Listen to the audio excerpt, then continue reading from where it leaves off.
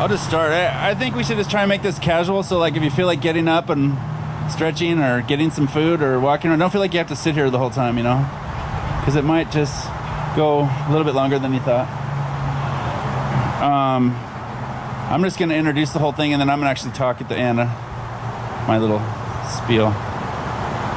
There's a video going inside, people giving a tribute that weren't able to get on the list of here to speak, that we also wanted to have them say something. So if everybody could take a moment to watch the video, it's really nice. It also has Christine talking on it, on the video, inside the room there, and there's food afterwards and drinks.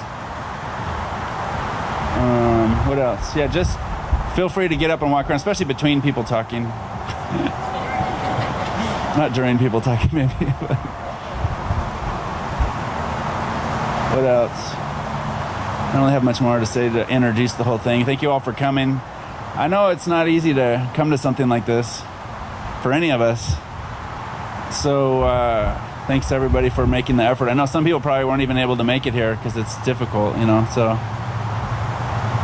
I understand that it's not an easy thing to even come here, and it's not going to be easy for the people that are talking too. So keep that in mind.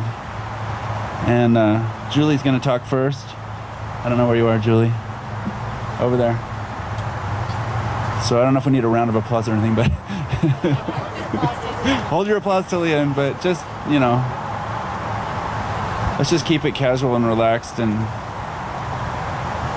Christine would have wanted this to be a celebration of her life and something positive and upbeat, and let's just try and keep it in that spirit and relax. You know, like we're all wearing colors. I like that. You know? Yeah. Whoever's idea that was. Yeah, that was a great idea. I wear half and half. Okay, all right, you I go. used to speak, so do I. Oh yeah, I'm gonna let it down for a little bit. Okay. I think I get to speak first because I was there before she was born. It's my baby sister. Get close to it. Okay.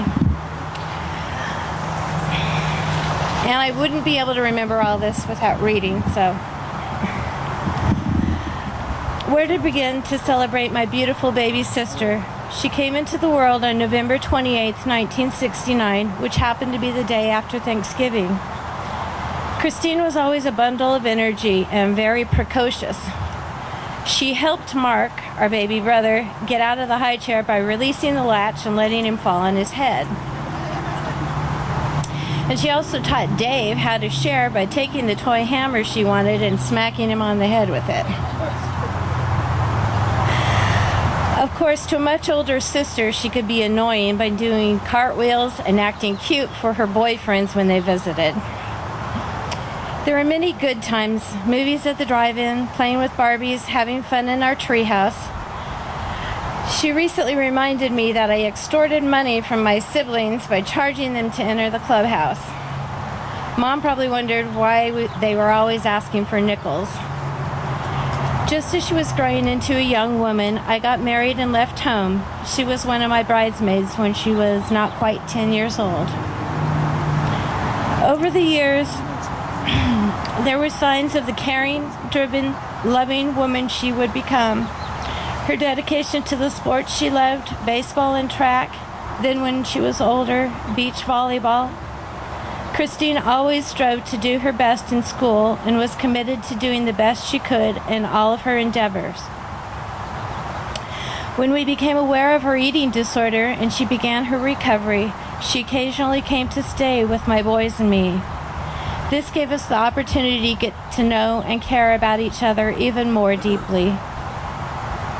Through her struggles and her recovery process from her own eating disorders, she discovered her first vocation. As usual, she threw herself into her education and trying to determine the best way for her to help others with eating disorders. I don't have to tell anyone here what profound ways, first on her own and then with Kevin, that they have been able to touch thousands of lives, and they continue to do so.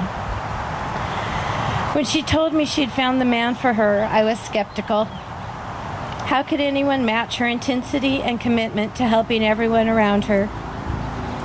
After meeting Kevin, I could see the good things that being with him was doing for her. He taught her to take time for herself, to recharge, relax, and enjoy life. They were terrific together, and I thank God for Kevin and the many ways that he cared for her. Without his love and support, she could not have achieved all that she did. She always tried to take time for our family, caring for our parents through their illnesses and coordinating fun trips together, helping to schedule a trip to Hawaii and more recently, a memorable Mexican cruise. She knew it was important to spend time together.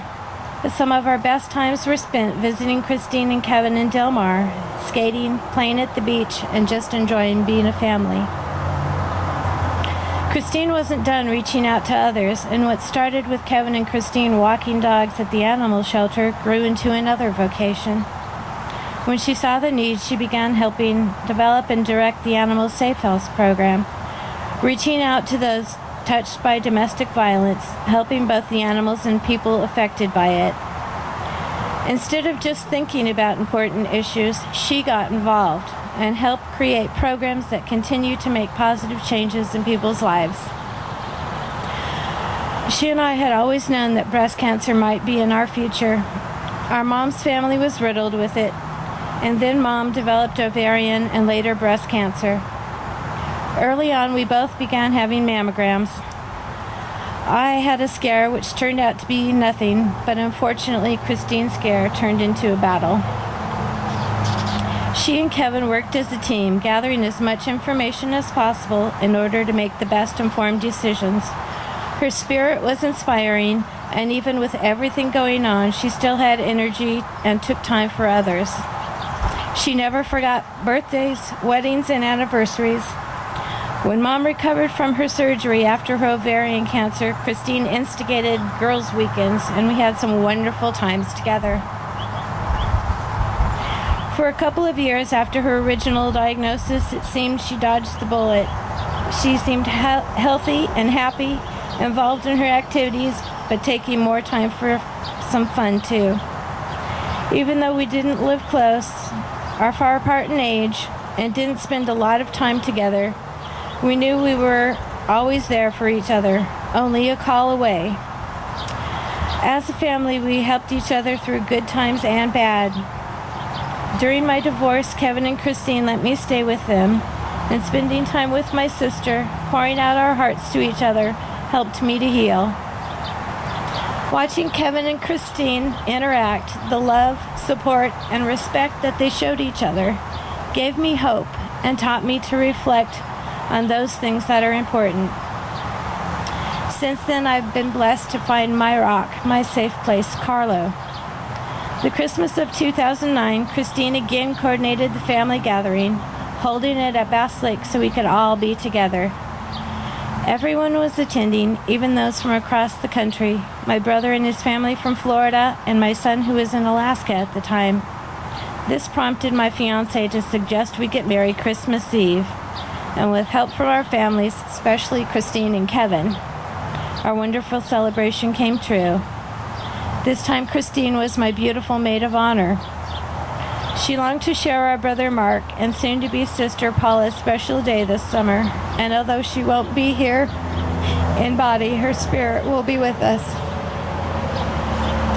As an aunt, she always encouraged my sons Justin and Devin, and later Dave's son Ryan, teaching them that dreams can be accomplished, giving them good advice, financial help, a terrific example, always being a cheerleader for them and someone that they could confide in. She was supportive to Justin during his college years and showed an interest in his baseball career and coaching.